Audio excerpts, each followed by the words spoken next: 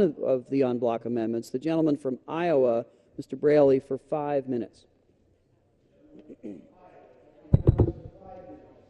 Thank you, Mr. Chairman, and I want to thank the gentleman from New Jersey for yielding.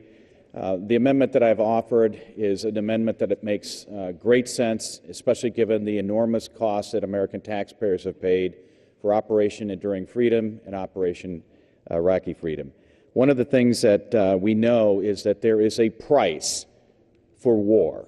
65 years ago, my father was en route from Guam to Iwo Jima as an 18-year-old Marine, and at that time the world had been at war for a little over 5 years. Well, here in the United States, we have been at war basically since September 11th of 2001. My amendment offers a simple common sense solution that requires the administration to submit a report to Congress on the long-term costs of the wars in Iraq and Afghanistan. As I mentioned, we've been engaged in a war in Afghanistan for almost 9 years now, in Iraq for 7 years, and the Department of Defense has yet to submit a long-term estimate of the cost of these wars. Previous administration failed to submit a cost estimate despite a statutory reporting requirement for a cost estimate for fiscal years 2006 through 2011 that was required in the fiscal year 2005 Defense Appropriation Bill. According to the Congressional Research Service, through fiscal year 2009, Congress has appropriated at least $944 billion in Iraq and Afghanistan, and we have lost over 4,400 American lives in Iraq and over 1,060 lives in Afghanistan. Because of this immense cost, the American people deserve to have an honest estimate about how much these wars are going to cost us over the long term. This is especially critical on the issue of future health care costs. My amendment addresses an important issue, and one of the things that this goes back to is an oversight subcommittee hearing we had after the Walter Reed Building 18 fiasco in 2007. At that hearing, retired Lieutenant General Chip Rodman, a former Air Force Surgeon General and a member of the Independent Review Group, told me we recognize the cost is immense and it is our moral obligation to address those issues.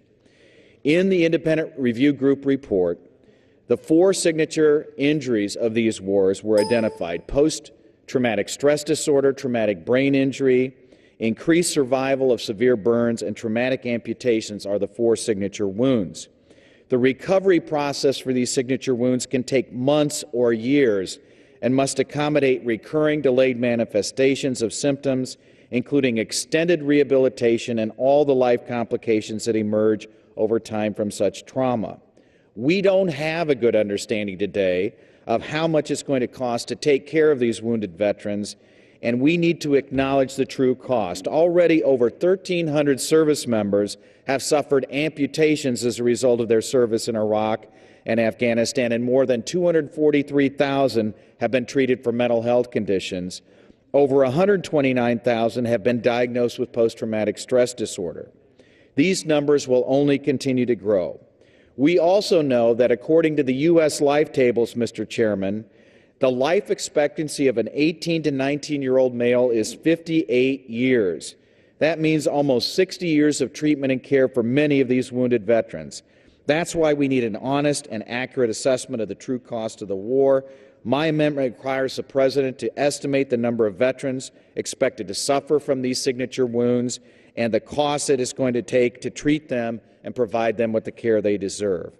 That's why this amendment is a common sense, transparent requirement. It's long overdue, and it's going to give the American taxpayers who are footing the bill for these deserving veterans a better idea of what the long-term cost actually is going to be, and that's why I urge everyone to support it, and I reserve the balance of my time.